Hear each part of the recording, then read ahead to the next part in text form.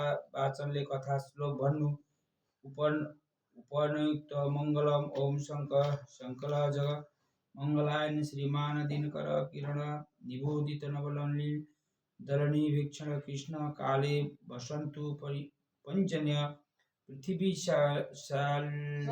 सस्य शालिनी दशोषय शोभरिणी तु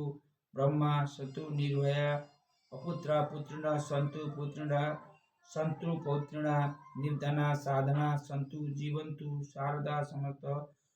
तत्रैव गंगा यमुनच्च तत्र गोदावरी सिन्धु सरस्वती च तीर्थानि सर्वाणि वसन्ति तत्र यत्र चतुर्धा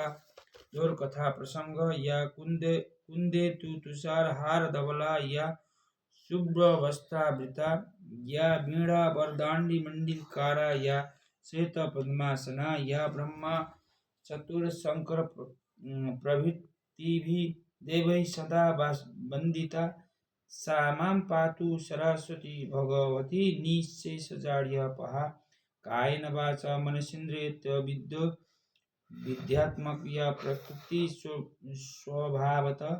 करोमि यद्यं संकल्प प्रमयी नारायणे चे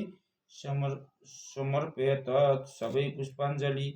चढाई नमस्कार गर्नु आफूले चिताएको वर माग्नु लु पुष्पाञ्जली चढाएर चाहिँ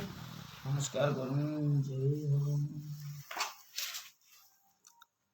अभी ढोगा बाबा ढोगा भगवान लो लो